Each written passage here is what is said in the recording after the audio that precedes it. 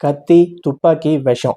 இதுல ஏதோ ஒண்ண வச்சு கொலை பண்றது ஒரு ஓல்ட் ஸ்கூல் டெக்னிக் அப்படின்னு நினைச்ச ஒரு கிரிமினல் 1930வது வருஷத்திலேயே ஒரு பயங்கரமான ஐடியாவை பண்ணியிருக்கான். ஜஸ்ட் ஒரு சின்ன ஊசி, அதுல கண்ணுக்கே தெரியாத ஒரு கிருமி, கல்கட்டாவோட ஹவுரா ரயில்வே ஸ்டேஷன்ல தன்னோட தம்பிய அவனோட அண்ணனே பிளான் பண்ணி கொண்டு இருக்கான். அதுவும் இது ஒரு சாதாரண கொலை இல்ல பாஸ், இது ஒரு பயோ வெப்பன் அட்டாக். கல்கட்டாவே அதிர வச்ச இந்த பாகூர் மர்டர் கேஸை பத்தி தான் நம்ம இன்னைக்கு பார்க்க போறோம். ஸ்கிப் பண்ணாம பாருங்க, ஏன்னா இதுல ஏகப்பட்ட ட்விஸ்ட் அண்ட் டர்ன்ஸ் இருக்கு. அதோட கிளைமேக்ஸ் வேற லெவல்ல இருக்கும். மேற்கு வங்காளத்துல பாகூர்னு ஒரு ஜமீன் ஏரியா. அங்க வினோயேந்திரா, அமரேந்திரன் ரெண்டு வாரிசுங்க. இதுல அண்ணன் வந்து வினோயேந்திரா, இவரு ஒரு பயங்கரமான பிளேபாயா, காசை தண்ணி மாதிரி செலவு பண்ணுவாராம். சோ அவரோட தம்பியான அமரேந்திரா கொஞ்சம் படிச்சவரு, அதோட கொஞ்சம் விவரமானவரும் கூடயாம். 1931வது வருஷ காலத்துல தம்பியான அமரேந்திராவுக்கு கொஞ்சம் விவரம் தெரிய ஆரம்பிக்குது. அவருக்கு விவரம் தெரிய ஆரம்பிச்சதுக்கு அப்புறமா சொத்துல பங்கு கேட்க ஆரம்பிக்கிறாரு. தனக்கு வர வேண்டிய சொத்தை பிரிச்சு கொடுன்னு கேட்டதும் அண்ணனுக்கு பகீர்னா இருக்கு. இதுக்காக பல்வேறு வகையில யோசிச்ச இவரு அவரோட தம்பியவே கொலை பண்ணி அந்த கதையவே முடிச்சிட்டா அந்த சொத்து முழுக்க தனக்கே வரும்னு யோசிச்சிருக்காரு.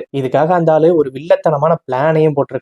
இந்த ஒரு கொலையை தனியா பண்ண முடியாது, பண்ணுனா நம்ம கண்டிப்பா மாட்டிப்போன்னு தெரிஞ்ச இவரோட அண்ணன் ஒரு போலி டாக்டர் கூட சேர்ந்து ரெண்டு பேரும் சேர்ந்து பிளான் போட ஆரம்பிச்சிருக்காங்க. இவங்க ரெண்டு பேரும் சேர்ந்து யோசிச்ச இந்த பிளான் தான் பாக்டீரியா கொலை. இதுக்காக மும்பைல இருக்கக்கூடிய ஒரு இன்ஸ்டியூட்டுக்கு போய் அங்க பிளேக் கிருமியை கேட்டிருக்காங்க. முதல்ல யார் நீ, இந்த ஒரு கிருமியை கேட்கறியே, இதை வச்சு நீ என்ன பண்ண போற, நீ என்ன பெரிய விஞ்ஞானியா, ஆராய்ச்சி எதுவும் பண்ண போறியா அப்படிங்கிற மாதிரி பல கேள்விகளை கேட்டு அந்த கிருமியை கொடுக்காம விட்டுருக்காங்க. இந்த ஒரு இன்ஸ்டியூட்ல இவங்க தரலன்னதும் அங்க இருக்கக்கூடிய ஒரு கவர்மெண்ட் ஹாஸ்பிட்டலுக்கு போய் அங்க இருக்கக்கூடிய டாக்டரே ஏமாத்தி ஒரு டெஸ்ட் டியூப் ஃபுல்லா இந்த ஒரு கிருமியை திருடிட்டு வந்திருக்கானுங்க. கல்கட்டால இருந்து மும்பைக்கு போய் அங்க ஒரு ஹாஸ்பிட்டல்ல டாக்டரே ஏமாத்தி கிருமியை டெஸ்ட் டியூப்ல ஏத்திட்டு திரும்ப கல்கட்டாவுக்கே வந்திருக்கானுங்க. என்ன ஒரு வில்லத்தனம் பாத்தீங்களா. நவம்பர் 26ஆம் தேதி 1933வது வருஷம் ஹவுரா ரயில்வே ஸ்டேஷன்ல செம்ம கூட்டமா இருந்திருக்கு. தம்பியான அமரேந்திரா ஊருக்கு கிளம்புறதுக்காக ரெடியாகி அந்த ஒரு ரயில்வே ஸ்டேஷன்ல ட்ரெயினுக்காக நின்றுட்டு இருக்காரு. அப்ப எங்க இருந்தோ கூட்டத்துல இருந்து வந்த ஒருத்தன் இந்த தம்பியான அமரேந்திரா மேல தெரியாம மோதிர மாதிரி மோதி அவன் கையில வச்சிருந்த ஊசிய போட்டுட்டு போயிருக்கானா. தம்பியான அமரேந்திரா இந்த ஊசி போட்டதுக்கு அப்புறமா வலி தாங்க முடியாம கத்திருக்காராம். இவரோட பக்கத்திலே இருந்த இவரோட அண்ணன் இவர் கத்துறத பார்த்ததும், என்னடா சும்மா கத்திட்டு இருக்க, ஏதாச்சும் பூச்சி கடிச்சிருக்கும், ஃப்ரீயா விடுன்னு சமாளிச்சிருக்கானா. தம்பியும் சரின்னு சொல்லி அதை ஃப்ரீயா விட்டுருக்காரு. இந்த ஒரு சிச்சுவேஷன் அன்னைக்கு அங்க அமைதியாயிருக்கு. பட் அடுத்த 3 நாள்ல ஊசி போடப்பட்ட தம்பியான அமரேந்திராக்கு கை கால்லாம் வீங்கி செம்ம காய்ச்சல் வந்திருக்கு. அவருக்கு என்னடா இது திடீர்னு இந்த மாதிரி ஒரு சிச்சுவேஷன் வருதுன்னு ஒண்ணுமே புரியாமே இருந்திருக்கு. இதெல்லாம் என்னன்னு புரிஞ்சுக்கிறதுக்கு முன்னாடி டிசம்பர் 4ஆம் தேதி அவர் இறந்தும் போயிருக்காரு. உடனே இவரை பிளான் பண்ணி கொலை பண்ண அந்த அண்ணன் என்ன பண்ணாருன்னு தெரியுமா. டாக்டர் யாராச்சும் இவரோட உடம்புல நம்ம கிருமியை போட்டுதான் கொலை பண்ணணும்னு கண்டுபிடிச்சிருவாங்களோ அப்படிங்கிற மாதிரி நினைச்ச இவன் உடனே அந்த பாடியை எடுத்துட்டு போய்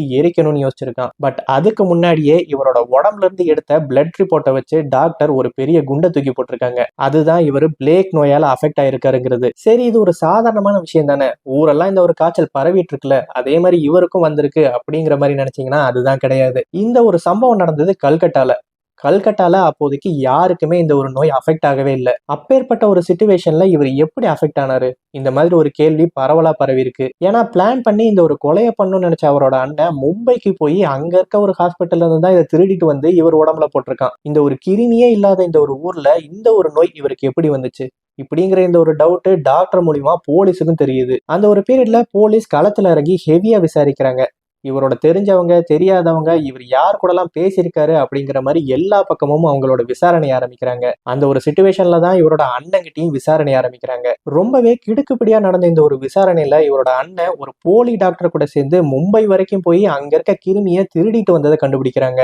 1936வது வருஷம் இந்த ஒரு பயங்கரமான கொலை பண்ண இந்த அண்ணனை கோர்ட்ல ஆஜர்படுத்துறாங்க. அங்க இவனுக்கு லைஃப் டைம் சென்டென்ஸ், ஒரு ஆயுள் தண்டனை கொடுத்து அந்தமானுக்கு அனுப்பியிருக்காங்க. இந்த ஒரு கதையோட ஆரம்பத்துல சொன்னேன் இல்லையா, கதை முடியறப்ப ஒரு பெரிய ட்விஸ்ட் இருக்குன்னு. அது என்னன்னா, சொத்துக்காக ஆசைப்பட்டு தன்னோட தம்பியவே கொலை பண்ணி பல வருஷங்கள் ஜெயில இருந்து, அதுவும் ஒரு ஆயுள் தண்டனையை முடிச்சுட்டு வெளியே வந்த அந்த அண்ணனால பழையபடி அந்த சொத்தை அனுபவிக்கவே முடியல. ஏன்னா ஆயுள் தண்டனையை முடிச்சுட்டு வெளியே வந்த அந்த அண்ணன் வெளியே வரும்போது ஒரு மென்டலா தான் வந்திருக்கானா. அதோட அந்த ஊர்ல அப்ப நடந்த ஒரு துப்பாக்கி சூடு பிரச்சனையில சிக்கி அந்த மென்டலான அண்ணன் இறந்தும் போயிருக்கான். தன்னோட சொந்த தம்பியவே சொத்துக்காக ஆசைப்பட்டு ஒரு கிருமியை வச்சு கொலை பண்ண யோசிச்ச இந்த ஒரு அண்ணனை பத்தி நீங்க என்ன நினைக்கிறீங்க? இந்த ஒரு வீடியோ பிடிச்சிருந்தா லைக் பண்ணுங்க, அப்படியே சேனலை சப்ஸ்கிரைப் பண்ணிக்கோங்க. கூடிய சீக்கிரமே இன்னொரு இன்ட்ரெஸ்டிங்கான ஸ்டோரியில பார்ப்போம்.